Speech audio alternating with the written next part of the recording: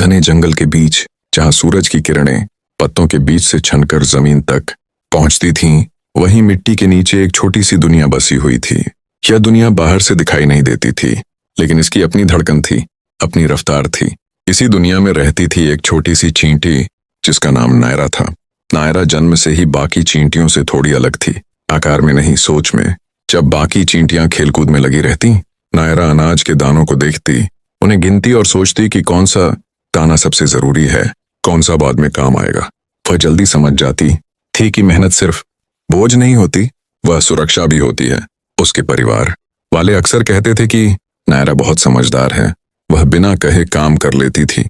बारिश से पहले ज्यादा अनाज जमा करना, गर्मी में सुरंगों को गहरा करना, रास्तों को साफ रखना, ये सब उसके लिए सामान्य बातें थीं।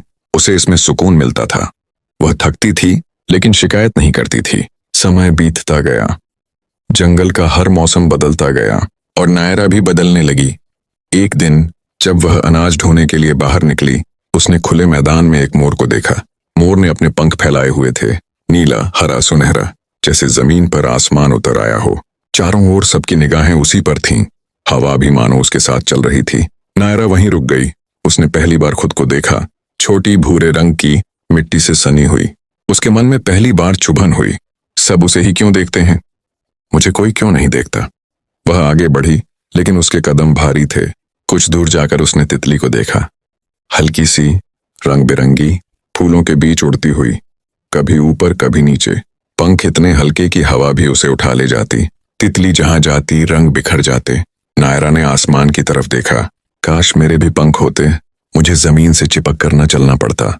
वह सोचती रही और सोचते सोचते अपना रास्ता भटक गई। फिर उसने गिलहरी को देखा। पलक झपकते ही वह एक पेड़ से दूसरे पेड़ पर छलांग लगा रही थी। न कोई डर, न कोई रुकावट। नायरा का दिल बैठ सा गया। मैं तो एक जगह से दूसरी जगह पहुंचने में ही समय लगा देती हूँ। धीरे धीरे तुलना उसकी आदत बन गई। पहले जो नायरा सबसे आगे रहती थी, अब पीछे छूटने लगी। जो काम वह खुशी खुशी करती थी, अब बोझ लगने लगा। उसके चेहरे पर मुस्कान तो रहती, लेकिन आंखों में चमक नहीं। कॉलोनी की दूसरी चींटियां यह बदलाव महसूस करने लगी। नायरा, आजकल तू खोई सी क्यों रहती है? क्या तू बीमार है? नायरा बस सिर हिला देती। वह कैसे समझाती कि उसकी बीमारी बाहर की नहीं, अंदर की है। रात को जब सुरंगों में सन्नाटा छा जाता, नायरा जागती रहती। वह सोचती कि क्या उसकी जिंदगी बस इतनी ही है? क्या वह कभी किसी के लिए खास होगी? उसी बेचैनी के दिनों में जंगल ने अपना असली रूप दिखाया। आसमान अचानक गहरा हो गया, हवा तेज चलने लगी, पत्तियां एक दूसरे से टकराकर आवाज करने लगीं, जैसे कोई चेतावनी दे रही हो। फिर बारिश आई, पहले हल्की, फिर तेज और फिर मूसलाधार। पेड़ झुकने लगे, नाले भर गए, जमीन कांपने लगी। जो जंगल रोज सुरक्षित लगता था, उस दिन डरावना हो गया। तितली के पंख भीग गए। वह उड़ने की कोशिश करती, लेकिन हर बार गिर जाती। रंग फीके पड़ गए थे। गिलहरी का पुराना पेड़, जो उसका घर था, तेज हवा में टूटकर गिर पड़ा। वह खुले में कांप रही थी, समझ नहीं पा रही थी कि जाए तो जाए कहां। मोर की खूबसूरत पूंछ पानी से भारी हो चुकी थी। वह अपने पंख फैला नहीं पा रहा था। जिस सुंदरता पर उसे गर्व था, वही बोझ बन गई थी। चारों ओर अफरा-तफरी थी। चींटियों की कॉलोनी हालांकि सुरक्षित थी। गहरी सुरंगें, मजबूत दीवारें, सब अंदर थे। बारिश बाहर थी, लेकिन नायरा का मन अंदर नहीं था। वह सुरंग के मुहाने पर खड़ी बाहर देख रही थी। हर दृश्य उसके दिल को चीर रहा था। उसने सोचा, जिनसे मैं खुद को कम समझती थी, आज वही सबसे ज्यादा मुश्किल में है। उसके भीतर कुछ टूट गया और उसी टूटन के साथ कुछ नया जुड़ गया। उसे समझ आया कि सुरक्षा का मतलब सिर्फ खुद को बचाना नहीं होता, कभी कभी सुरक्षा दूसरों तक पहुंचने में होती है। नायरा बिना देर किए वापस कॉलोनी में गई। उसकी आवाज में घबराहट थी, लेकिन निश्चय भी था। हमें बाहर जाना चाहिए, हमें मदद करनी चाहिए। कुछ चींटियां चौंकी, इतनी बारिश में हम इतने छोटे हैं।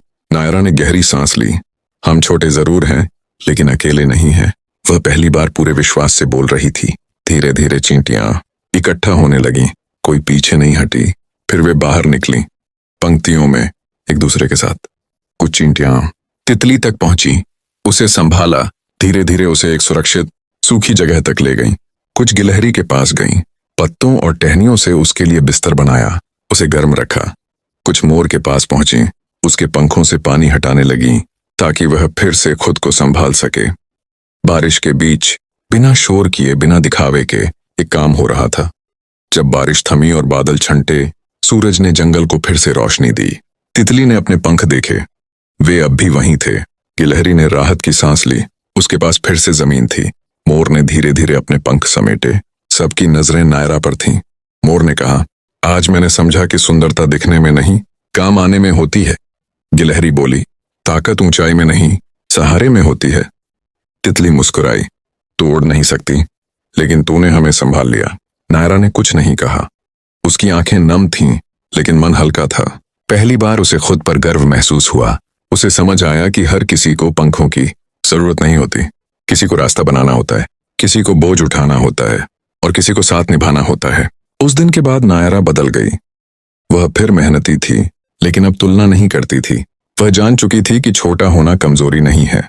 कमजोरी तब होती है जब हम खुद की कीमत भूल जाते हैं। अब जब वह जंगल में किसी को चमकते या उड़ते देखती तो मुस्कुरा देती, क्योंकि उसे पता था वह जहां है, जैसे है, वही उसकी असली ताकत है।